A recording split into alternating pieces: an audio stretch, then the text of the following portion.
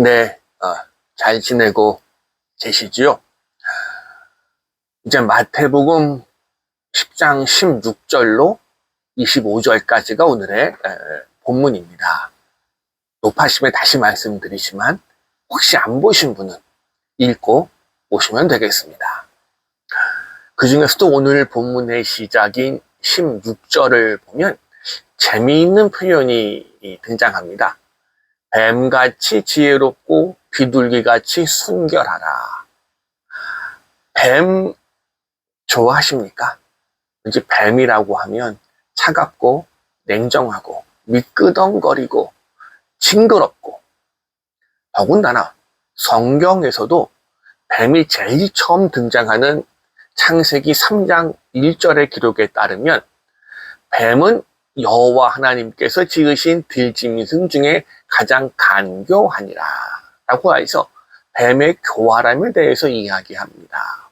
또 이 뱀이 하와를 속여서 선악과 따먹게 만든 사탄의 대명사로 여겨지기도 하지요. 그런데 오늘 본문에서는 주님께서 긍정적인 면에 집중해서 뱀의 지혜에 대해 배우라 말씀하십니다. 동시에 비둘기같이 순결하라 이야기하지요. 여기서 순결은 본질적으로 혼합되지 않은 이 하나의 상태를 이야기합니다. 어떻게 보면 어린아이의 순진성도 떠올릴 수가 있겠습니다.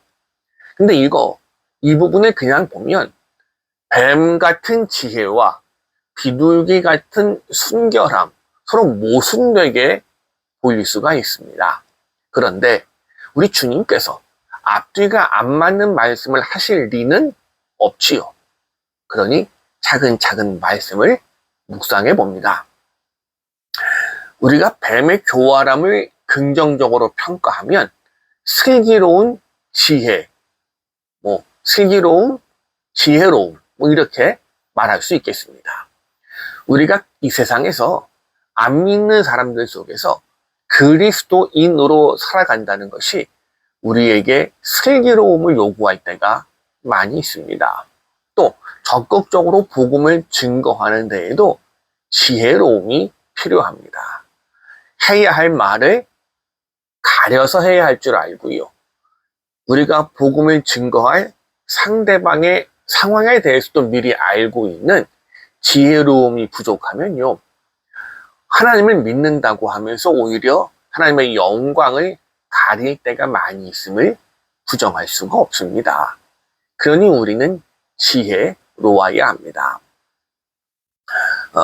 제가 가끔 뉴스를 보면서 필요한 부분들은 쭉 정리해 놓고 있는데, 자료를 찾아보니까 벌써 20년 전 일입니다.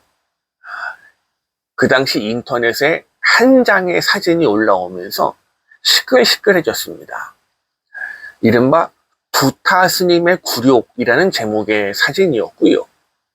부산에서 민들레 밥집을 운영하면서 독거노인을 돌보는, 그리고 그 재원을 마련하고자 지하상가에 앉아서 이 탁발 중이던 부타 스님의 이 머리에 예수천당 불신지옥이라고 쓴 띠를 두르고 한 남자가 머리에 손 딱 얹고 기도하면서 회개를 강요하던 그런 사진.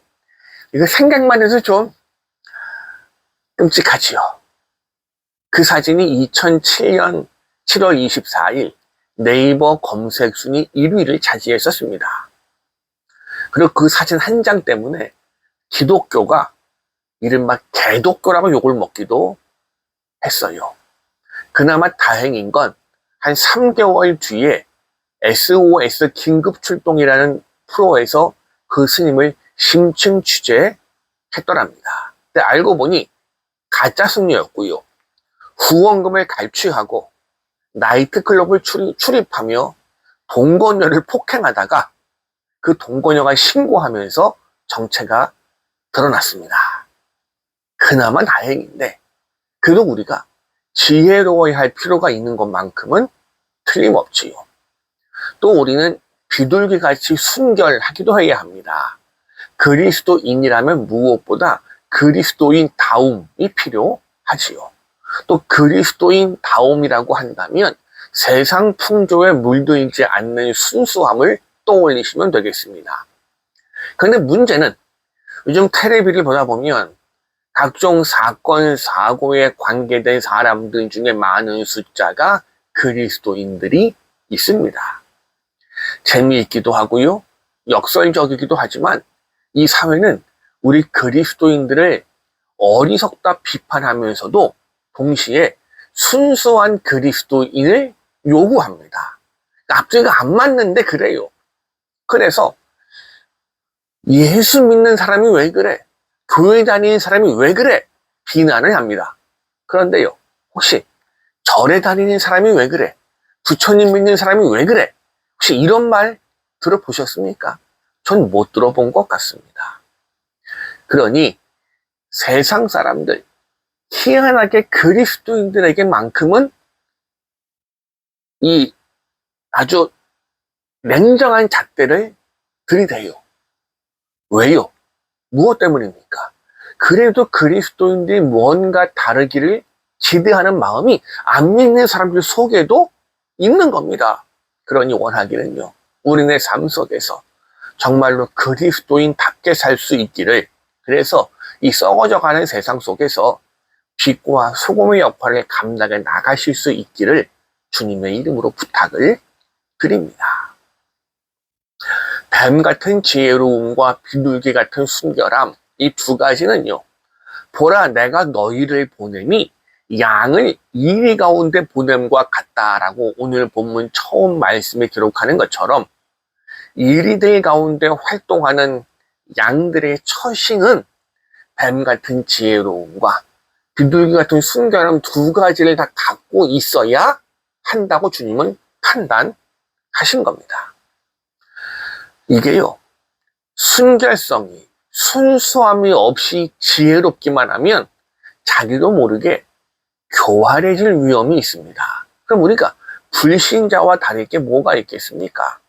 반면에 순결하기만 하고 슬기롭지 못하면 이 부조리한 사회에 살아가는 게 너무도 어렵습니다.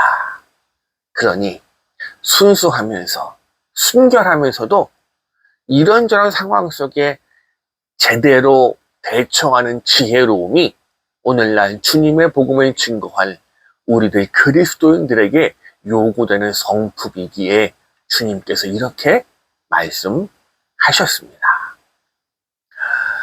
자, 이어지는 17절 보니까 사람들을 삼가라 라고 기록합니다.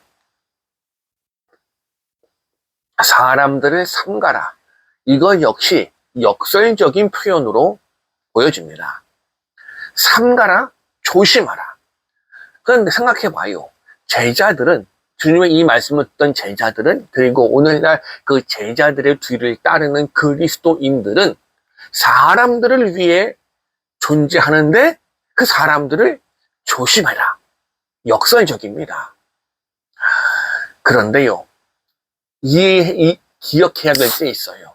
사람들 중에는 우리가 전하는 복음을 받아들이는 사람도 있지만 동시에 거부하고 박해하는 사람도 있기 때문에 그렇습니다.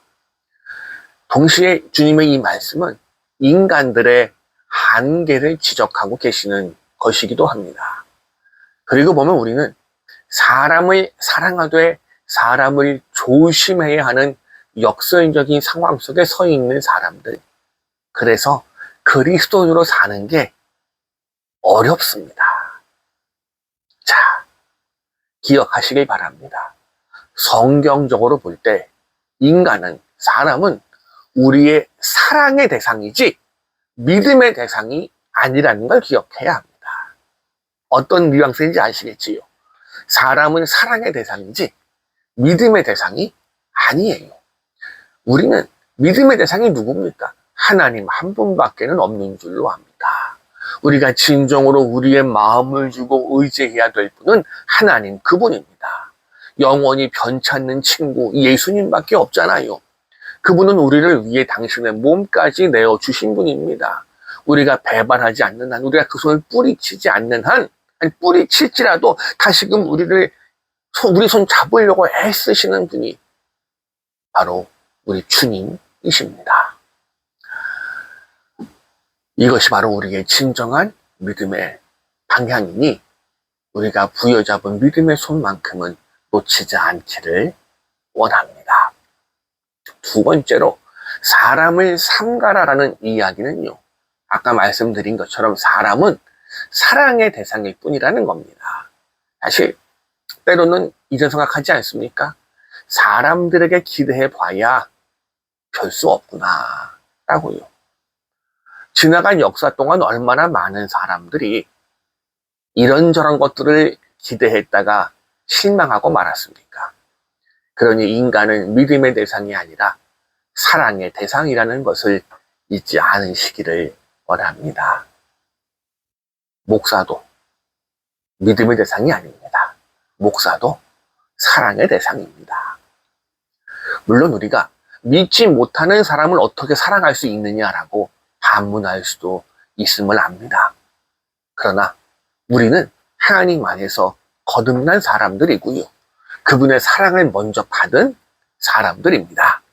그래서 우리는 사람을 향해 나아갑니다. 우리는 인간의 그런 한계를 뻔히 알면서도 그냥 믿어주는 것이고요. 주님의 사랑으로 사랑해야 할 줄로 압니다. 세 번째로 그러기 위해서 나 스스로 내가 먼저 믿을 만한 사람이 되어 주어야 합니다. 오해는 없기를 바랍니다. 인간의 한계를 알고 거기에 만족하라는 그런 의미가 아닙니다. 내가 내 한계를 알았으면 이제 주님의 능력 안에서 그 한계를 벗어나기 위해 노력하자는 겁니다. 나 스스로도 생각해보면 나도 나를 못 믿을 때가 많지 않습니까? 이걸 겸손히 인정하고요. 주님 주시는 힘으로 믿을 만한 사람이 되기 위해 노력해야만 합니다. 우리가 그리스도 안에서 새로운 존재가 되었습니다 고백하는데요. 무슨 이야기입니까? 내가 그리스도 안에서 새로운 사람이 되었으면 이제는 이 한계를 믿음으로 극복하자는 겁니다. 그래서 다른 사람을 삼가해야 되지만, 삼가고 조심해야 되지만 먼저 내가 믿을 만한 사람이 되어 주어야 합니다. 그렇지 못하면 사도 바울이 그의 서신서에서 자신 있게 말하잖아요. 너희들은 나를 닮으라라고요. 우리 그리스도인들의 모습도 이 정도 자신감 있는 모습이 되었으면 좋겠습니다. 아직까지 예수님을 믿지 않는 내 가족들에게, 내 친지와 내 이웃들에게 나를 닮으라고 자신 있게 말할 수 있는 그런 삶의 모습이 우리 안에 드러나기를 늘 기도합니다. 자, 그 다음 오늘 본문 21절과 22절은 우리가 가지고 있는 신앙 때문에 장차 오게 될 박해와 갈등에 대한 예언적인 말씀입니다. 조심할 건 이 구절을 이 믿음 때문에 일어나는 갈등을 정당화시키는 데 쓰면 안 된다는 겁니다. 선호가 바뀌는 겁니다. 그럼 믿는 사람들은 가족과 내 일가 친지 내가 아는 사람들을 주님께 인도하기 위해 최선을 다해야 합니다. 그런데 그러다 보면 갈등이 있을 수 있다는 이야기를 주님이 하시는 거지요. 그걸 거꾸로 생각해서 갈등을 조장하면서 나는 그리스도 때문에 박해받고 있어, 이러지 말라는 겁니다. 복음을 증거하는 방법이요, 야 예수 믿어, 이 방법밖에 없는 게 아니잖아요. 우리는 여기에서 뱀의 지혜로움을 배울 필요가 있습니다. 때로는 우리네 삶의 모습으로, 우리의 변화받은 모습으로 가족들을 주님 앞으로 인도해내는 모습도 필요합니다. 또 우리가 이어지는 본문 말씀을 보면 우리가 정말로 잘못 이해하는 본문 중에 하나가 23절입니다. 23절 보시면요, 이스라엘의 모든 동네를 다 다니지 못하여서 인자가 오리라 라고 기록합니다. 이 말씀의 본뜻은 인자, 곧 예수님이 속히 다시 오실 것이란 이야기를 하시는 겁니다. 그러니 고난이 있어도 참고 기다리라고. 마태복음 안에서 볼 땐 아직 제자들 이스라엘의 모든 동네를 다 다니지 못했으니 그건 아직 미래의 일이에요. 그러니 결국 열심히 전도하고 주님 오실 날을 기대한다면 그분이 오실 때 상급을 주실 것이라는 약속입니다. 동시에 이 부분에는 문자적인 의미 이상의 뜻이 있습니다. 바로 주님께서 죽으시고 부활하신 후에 제자들에게 명령하신 땅 끝까지 이르러 내 복음을 증거하라 하신 그 마지막 지상 명령, 선교 명령과 연계해서 생각해 보면 여기에서 이스라엘은 이제 지리적인 이스라엘만 의미하는 게 아니고요. 주님이 오신 목적, 모든 인류를 위해 오신 그분의 목적처럼 새롭게 되어질 영적인 이스라엘, 세계 모든 민족과 인종을 뜻하는 말로 받아들이는 게 옳겠지요. 그런데 이 말을 거꾸로 해석해서요, 또는 문자 그대로 해석해서 이스라엘의 모든 동네에서 전도가 이루어지면 예수님 다시 오실 것이라고 해석해서는 곤란합니다. 지금도 가끔 보면 신사도 운동을 하는 분들이 백투더 예루살렘에서 이스라엘을 복음화시키면 주님 다시 오신다는 이야기를 할 때가 있는데요. 본문을 거꾸로 해석하고 있는 겁니다. 예수님이 이런 의도로 말씀하신 게 아니에요. 우리 입맛에 맞게 말씀을 왜곡하면 곤란합니다. 무엇보다 말씀 앞에서 겸손해질 수 있었으면 좋겠습니다. 감사합니다.